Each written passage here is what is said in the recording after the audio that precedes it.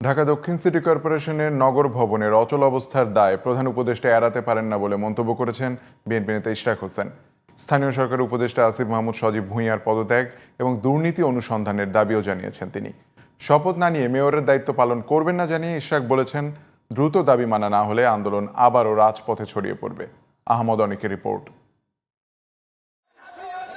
ঈদের পর টানা তৃতীয় দিনের মতো বিক্ষোভে উত্তাল ঢাকা দক্ষিণ সিটি কর্পোরেশন। মঙ্গলবার সকাল থেকেই নগর ভবনে জড়ো হয়ে স্লোগান আর মিছিলে অবস্থান কর্মসূচি পালন করেন ইশরাক সমর্থকরা। পরবর্তীতে সেখানে এসে ইশরাক হোসেন বলেন, অসত্য ও বিভ্রান্তমূলক তথ্য দিয়ে স্থানীয় সরকার উপদেষ্টার পদে থাকার নৈতিক অধিকার হারিয়েছেন আসিফ মাহমুদ। তিনি শপথ ভঙ্গ করেছেন, শপথ ভঙ্গ করার জন্য আমরা তার পদত্যাগ দাবি করছি। আমি দুর্নীতি দমন কমিশনকে আহ্বান জানাতে চাই, আপনারা এখানে আসুন, এসে এখানে যতদিন এই আসিফ মাহমুদ সজীব ভূঁইয়া অফিস করেছে, কি কি দুর্নীতি করে গিয়েছে তার সমস্ত কিছু আপনারা তদন্ত করে তার বিরুদ্ধে প্রয়োজনীয় ব্যবস্থা নিন।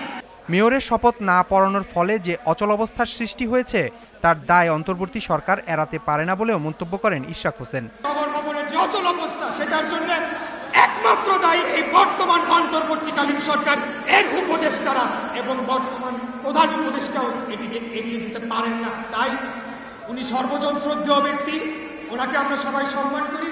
আমি ওনার উদ্দেশ্যে আবারও বলতে চাই, আপনি দয়া করে আপনি এই বিষয়টি আপনার নজরে আনুন এবং এটার একটা যৌক্তিক সুরাহা করার মধ্য দিয়ে আমাদেরকে, জনগণকে, ঢাকাবাসীকে মুক্তি দিন।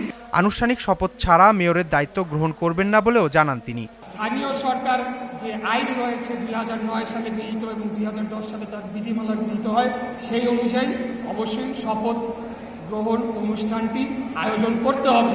বিশ্বাস করেন, যদি ওটা না থাকতো আমি এতদিন মেয়রের পদে আমি বসে। আপনারা যদি ধরে নেন যে এই আন্দোলনকে আপনারা এভাবে অগ্রাহ্য করে যাবেন, তাহলে কিন্তু এই আন্দোলন আবারও নগর ভবনের গণ্ডি পার হয়ে রাজপথে অবস্থান করবে। মেয়রের দায়িত্ব বুঝিয়ে দেওয়ার দাবিতে 15 মে থেকে আন্দোলন চালিয়ে যাচ্ছেন ইশরাক হোসেনের সমর্থকরা।